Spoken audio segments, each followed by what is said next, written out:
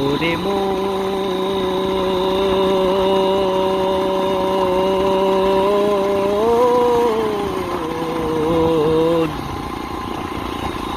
এখনই তো আসতে পারে চলে যাওয়ার ডাক রে। গোরস্থানে একটু মাটি বাইনা করেরা, আতর গোলাপ ছুরমা চন্দন, কাফন নামের দেহ বন্ধন, আলমারিতে রাখরে তোরা একটা কুরআন পাক।